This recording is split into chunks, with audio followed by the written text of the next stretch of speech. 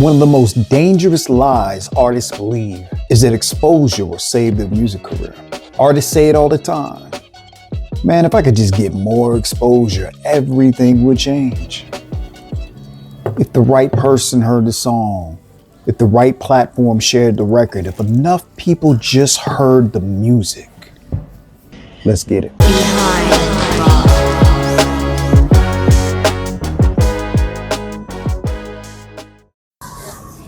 What it do? Listen, I go by the name of P, the politician, where I give game to artists who are looking to build careers instead of chasing trends. All right, so let's jump straight into this, man. One of the biggest lies that artists believe is that if they have more exposure, that's going to be the thing to change their career.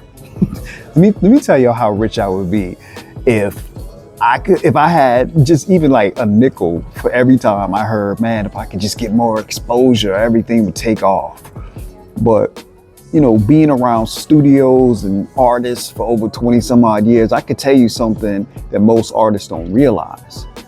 Exposure only works after people already want what you have.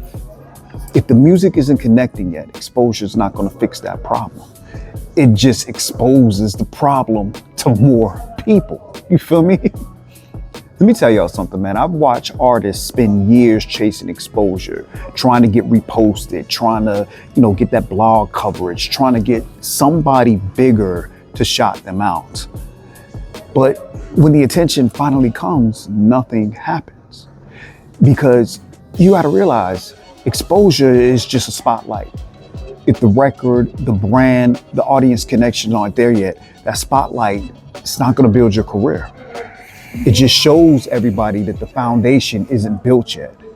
So these are some actionable items that you can take if you're an artist watching. Stop asking, how do I get more exposure? You got to ask yourself these hardcore, deep in your soul questions, all right? I'm going to give you 3 better questions to ask yourself. Number 1, is the music undeniable, all right? And here's the deal with these questions that I'm giving you. These are really soul-seeking questions, not ego-driven questions, because every artist believes that their music is undeniable. So you have to really look into yourself. Don't depend on your friends and your family and your crew. They're always going to tell you that your music is undeniable, and a lot of times they be lying. It's just the truth. Number 2, do people instantly understand your brand? Do they understand what you're trying to convey? You know what I mean? I can listen to a Rick Ross record and I know he's trying to convey luxury. I can listen to a Kendrick Lamar record and I know he's trying to convey realism. I can listen to a Drake record and I know that he is trying to convey being, the lover boy. You know what I mean? Look yourself in the mirror and ask yourself, within your soul, do people instantly understand your brand, all right? And number 3, is there a real audience connecting with you? Are you connecting with your audience? When you post music online, are people really digging into who you are as an artist? Are you able to connect? Those are the types of things that you have to soul search about. You know what I mean? Because when those things are right, exposure just becomes the fuel. But let me tell you, when they're missing, exposure becomes a spotlight on the problem.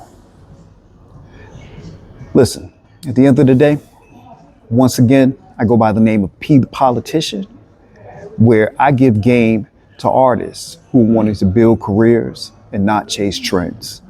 In the words of my man's Daniel J. Scott, don't get mad, get motivated. 1.